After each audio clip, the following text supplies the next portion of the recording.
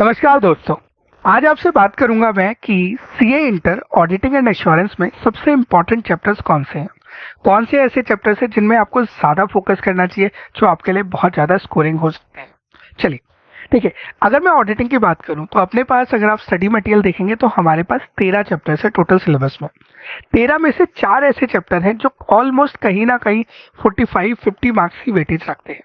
जैसे chapter number 3 audit evidence and documentation, exam में 12 से 15 नंबर के अराउंड आपको कहीं ना कहीं देखने को मिलता है, हर बार देखने को मिलता है। इस चैप्टर के अंदर बेसिकली आपके सारे स्टैंडर्ड्स है, ऑलमोस्ट 9 स्टैंडर्ड्स इस चैप्टर के अंदर कवर्ड है, जहां से मल्टीपल तरीके की केस स्टडीज आपसे पूछी जाती है।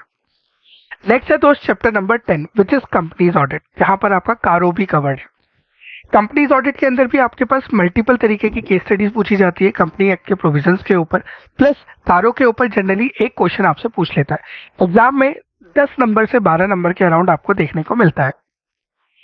देन आता है chapter number 9 which is a very general chapter, जहां पर आप वाउचिंग एंड वेरिफिकेशन की बात करते हैं, और यू कैन से जहां पर आप बात करते हो audit of items of financial statement, even जहां पे शेड्यूल 3 भी कवर्ड है आपका।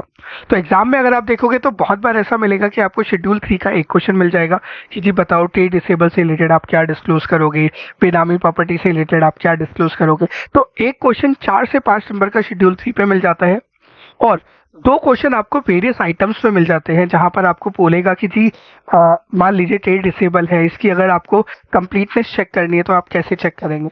तो basically assertion plus item mix करके आजकल इंस्टीट्यूट क्वेश्चन पूछ रहा है। एग्जाम में 12 नंबर के अराउंड ये चैप्टर आपको देखने को मिलता है।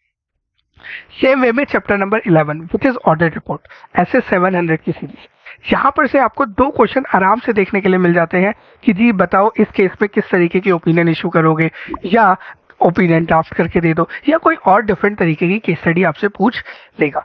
8 नंबर के अराउंड आपको यहाँ से पेपर में देखने को हर बार मिल जाता है। तो कहीं ना कहीं ये 4 ऐसे चैप्टर हैं जो आपके 45 मार्क्स के अराउंड, 50 मार्क्स के अराउंड का पेपर कवर करके जाते हैं। और जो रिमेनिंग 9 चैप्टर्स हैं, 4 खत्म हो गए तो 13 में से 4 गए तो 9 बचे ना, जो बाकी 9 चैप्टर हैं वो आपके पास पेपर में 55 नंबर के अराउंड आपको देखने को मिल जाते हैं। इस तरीके से आपका 100 नंबर का पेपर तैयार हो जाता है। तो ये 4 ऐसे चैप्टर्स हैं जो बहुत स्कोरिंग है। कोशिश करना कि इन पे बहुत अच्छे तरीके से कमांड कर लो। इनके जितने भी क्वेश्चंस आए हैं RTP, MTP, previous year, ICI के स्टडी मटेरियल के, इवन आईसीआई के स्टडी मटेरियल में जो एग्जांपल्स हैं पीछे टीवाई के टेस्ट नॉलेज है, वो सारे क्वेश्चंस एक बार एटलीस्ट पढ़ जरूर लेना, ठीक है। इसके अलावा एक छोटी सी चीज जो और मुझे हमेशा से पसंद है, वो है पिछले 3 से 4 अटेम्प्ट की RTP, MTP and previous year question paper.